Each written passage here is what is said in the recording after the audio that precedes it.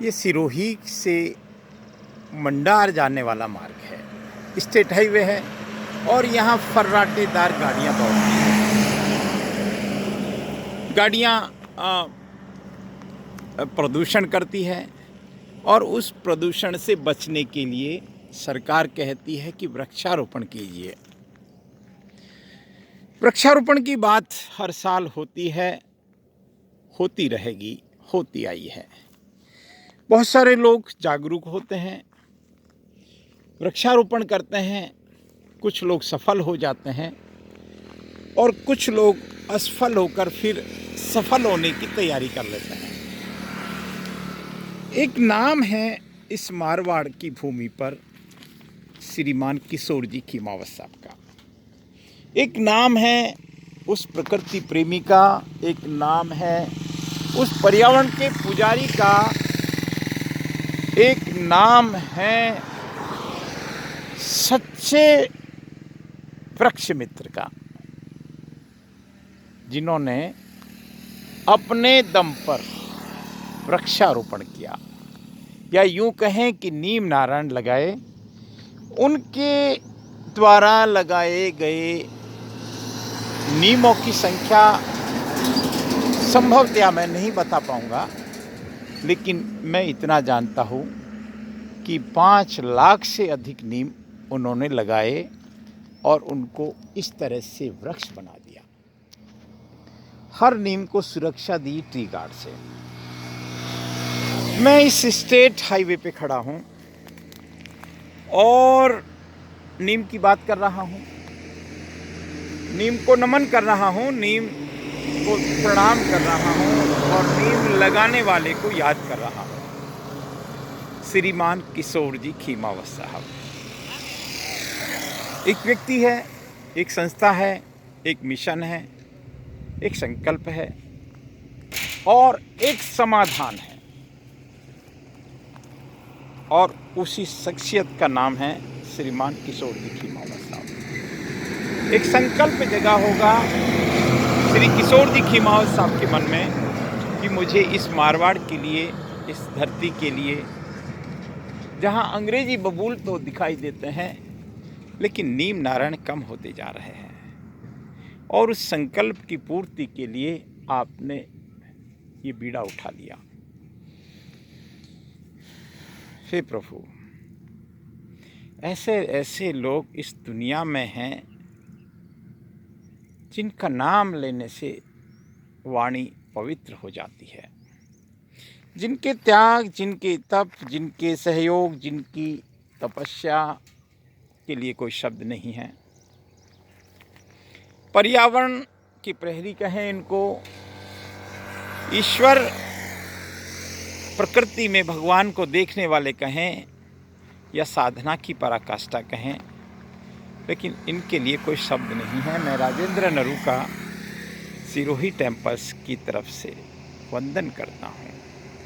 आज हमारे बीच में किशोर जी खीमावत साहब नहीं हैं, लेकिन उनकी आत्मा, उनके विचार,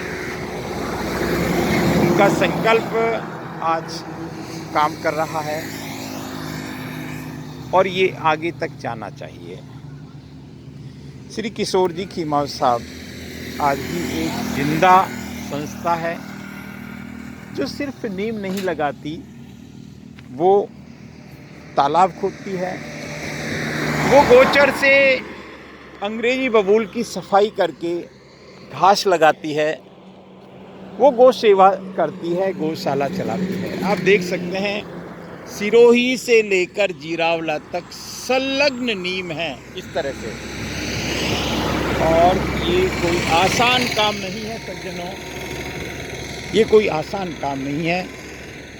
हम एक पेड़ लगा देते हैं कोई बात नहीं, 100 पेड़ भी लगा देते हैं कोई बात नहीं, 1000 लाख भी लगा देते हैं कोई बात नहीं, लेकिन आप उनमें से कितने पौधों को जिंदा देखते हैं, ये बहुत बड़ा सवाल है। कितना व्यवस्थित रूप से थावला बनाया, हालांकि इसके अंदर भी ट्री गार्ड था, लेकिन हम ये मान सकते हैं कि ये नीम अब बड़ा हो गया, अब इसको कोई खतरा नहीं है और ये अपने आप को जिंदा रखेगा। मैं एक बात सोचता हूँ कई बार कि श्रीमान किशोर जी खीमावत साहब को इन नीम से मिलेगा क्या? इन लाखों लाखों नीमों से क्या मिलेगा? वो तो इनकी पत्तियों को नहीं यूज लेंगे, वो उनके कोई बहुत ज़्यादा मवेशी भी नहीं हैं, उनके कोई वो इनकी लकड़ी का उपयोग भी ईंधन के रूप में नहीं करेंगे, ये सच मानिए।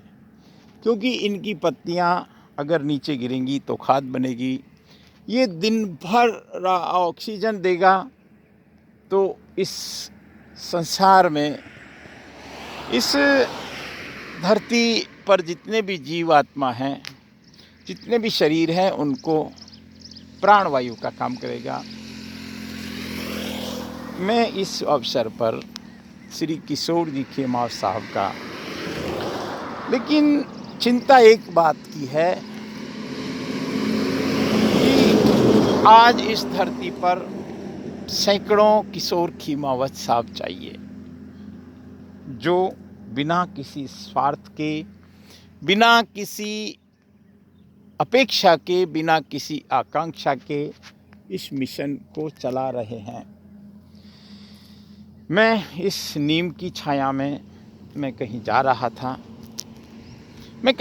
था, मैं इन नीमों को देखता हूँ। जब यहाँ से निकलता हूँ तो मन प्रफुल्लित हो जाता है मेरा।